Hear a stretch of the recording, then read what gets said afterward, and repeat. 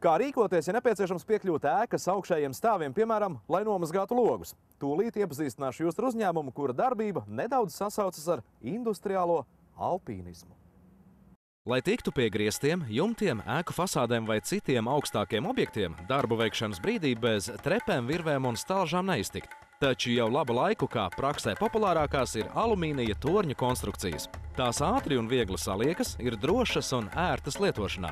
Pirms pusotra gada aizpildot brīvu tirgus nišu, ātrais torņu serviss šodien piedāvā alumīnija torņu piegādi un nomu jebkurā vietā Latvijā. Biznesa iecer sākās tā, kad palika bez darba un vajadzēja kaut ko darīt.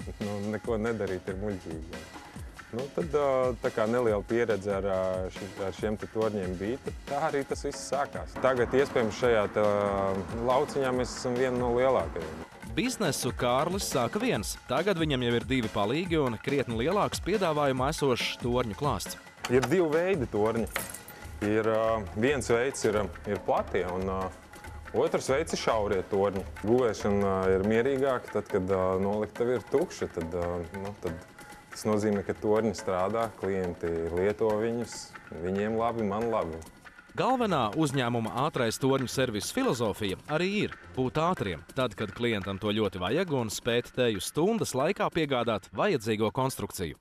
Parasti tā tas arī notiek, ka klients sazvana mūs, pasūta torni, pastāsta, kāda ir viņa vēlme, kurā vietā, kādā augstumā viņam ir jātiek klāt.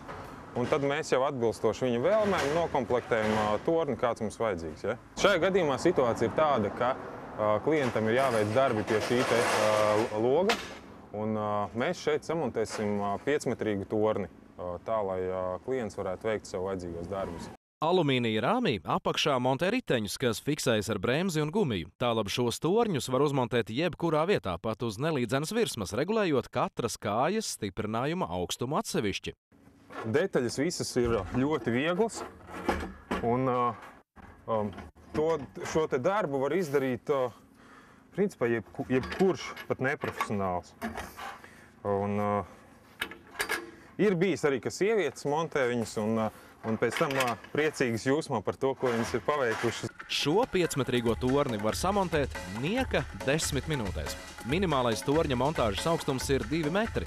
Maksimālais, ko ļauj uzstādīt Eiropas Savienības normas, 24 metri. Tā kā pakalpojumu sniedzēji nes nopietnu atbildību par konstrukcijas drošību, tāda izvēle kritusi par labu strādāt ar angļu ražotāja Youngman torņiem, kas tiek uzskatīti par vieniem no labākajiem pasaulē, tieši savas drošības un izturības dēļ. Šī ražotāja šie stiprinājumi ir ļoti, ļoti kvalitatīvi. Šie stiprinājumi ir tie, kas satur visu konstrukciju kopā. Jo precīzāks ir šis stiprinājums tornim, jo visa konstrukcija ir stabilāka.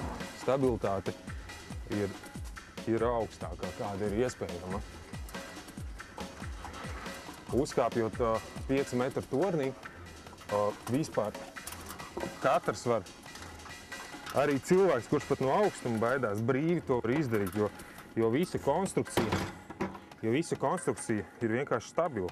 Alumīnija torņu pielietojums šodien ir ļoti plašs. Nevien dažādu fasāžu ārējo darbu izpildē, bet arī ziemā, lai piekļūtu jumtiem un notīrītu sniegu no tiem, iekštelpās, remonta darbu veikšanai, kā arī objektos, kuros ir augstas prasības pēc darba drošības, vēstniecībās un citos valsts nozīmes celtniecības projektos. Alumīnija torņus lieto pārsvarā celtnieki.